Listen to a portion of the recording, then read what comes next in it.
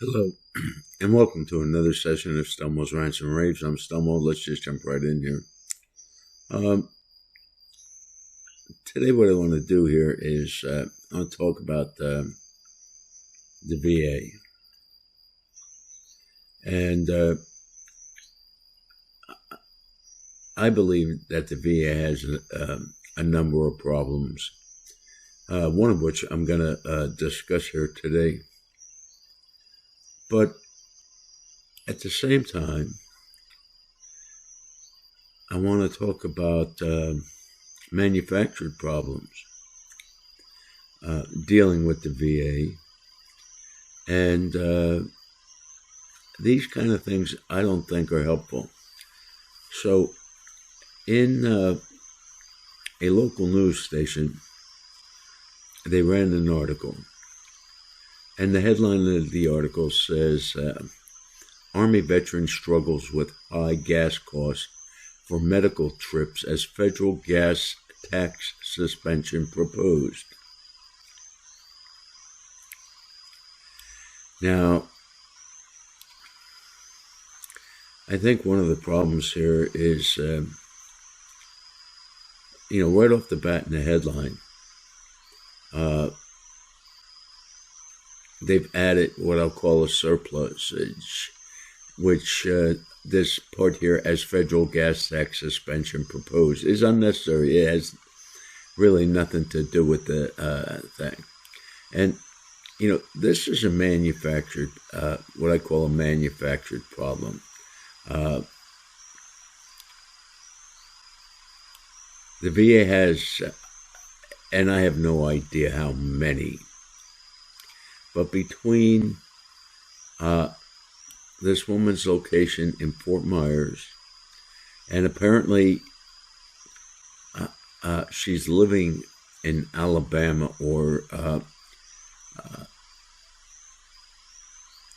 so let me read you the first beginning of this article.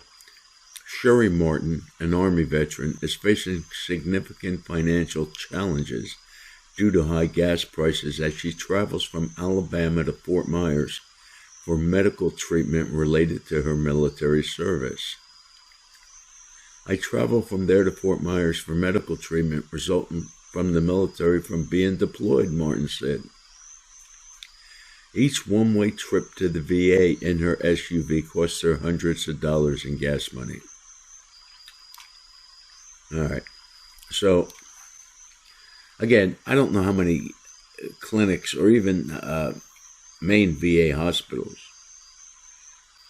are in between her location and Alabama. This is a scam. Now, for people who don't know, there are a number of ways that veterans could potentially qualify for what the VA calls a beneficiary travel. And basically what that is you get paid, I don't know, I think it's 54 cents a mile to and from your medical appointments. But they're from your home to where the VA schedules you. But it's got to be, but you're only going to get paid to the nearest clinic. So if you want to travel from Alabama to Fort Myers for some odd reason for medical treatment, don't expect anyone to pay for you, because that's your choice. The VA would gladly provide those services closer. And I don't know from reading the article, I think she lives in Alabama and travels to Fort Myers for her services. Why? This is something I don't know. But I guarantee you that the main VA hospital for the clinic that she's going to in Fort Myers is Bay Pines. And even Bay Pines is 90 minutes closer to Alabama than Fort Myers. And certainly Bay Pines at that hospital has I can't imagine any kind of medical service that they don't provide there. Uh, but this woman is choosing. That's her choice for some odd reason. And I think I know the reason. Because, and do I know 100% what I'm going to say now happened? Nah, probably not. But I think it's a swag, a scientific wild anal guess. I guess we'll put it that way in so we don't hear from the language department saying we're using inappropriate words. But anyway, I believe a lot of veterans, many who may have been having financial problems, what I suggest that they would be doing is they would be going to the VA clinic, walking in without an appointment, which you can do if in an emergency situation. And they were doing this to increase their income from travel, from the VA beneficiary travel. So the VA enacted a rule, and the rule says that if you walk in for an unscheduled appointment, you're only going to be paid travel for your return trip. In other words, from the clinic, and that's assuming you did receive some sort of treatment, then they would pay you from the clinic back home. So you would only get half the pay. And I know this rule is there. I understand what I believe is the historical context of the rule. And I don't generally have a problem with this rule. Except in one case. And that has to do with the audiology department at the VA clinic in Cape Coral.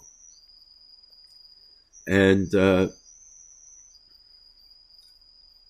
they do not allow you to make an appointment when you have a problem with your hearing aids. You have to walk in. And because you have to walk in, you only get paid half the travel. And it's my contention that this is an egregious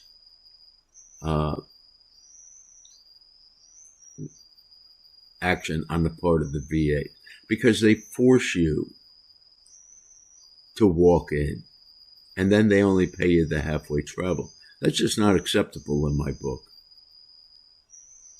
And I would much rather have an appointment than walk in, because when you walk in, you have no idea how many people may be ahead of you. You know, one time they told me, they checked me in, but they says, you know, we might not be able to get to you today because we have so many people. Well, as it turns out, they did get to me, so that wasn't a problem.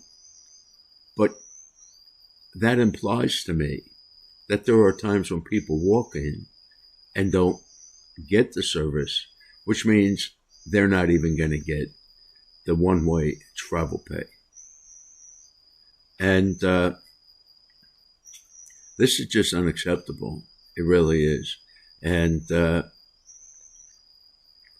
you know,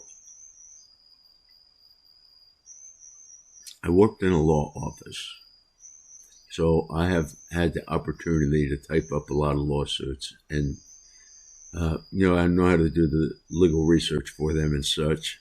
And yeah, I might be a little bit stale because I've been retired for so long, but you know, this is one issue that I'm going to litigate with the VA. because it's unfair for them to put this impediment out there to a veteran being compensated the way that Congress decided. And Congress decided people should get paid to and from their appointments. And, if they're going to put in a rule, and I don't have any real problems with this rule, I understand it, but you can't force people to walk in. And then penalize them, basically, because they're doing what you're forcing them to do. Now, I don't know about, I guess now it's about a year ago, I decided to say, I'm going to make an appointment. I don't care what it takes. And it took me several hours on the phone. I had to talk to 2 levels of supervisors. And then finally, after all of that, I got an appointment. Well, I'm not going to go through that every time. I just recently got brand new hearing aids. And within 2 weeks, they're not working. So, I sent in the VA system, they call it a secure message to the audiology department, asking for an appointment because my brand new hearing aids are already broken. So they reply, check the, and I don't know what they call them, but the little things that have to get replaced occasionally. I've had this, like my 6th set of hearing aids. I think I know how to troubleshoot them, and that's not this problem. So in the response, they said, if changing that out doesn't work, then we have a walk in, come walk in. Yep, absolutely walk in, and we're going to penalize you because that's the only way that you have to get your hearing aids fixed. See, that's wrong. But paying somebody to travel from Alabama to Florida for medical care is bizarre, really. I mean, I don't understand why this is happening. And of course, the article doesn't explain why it's happening. And the shameful part about it is,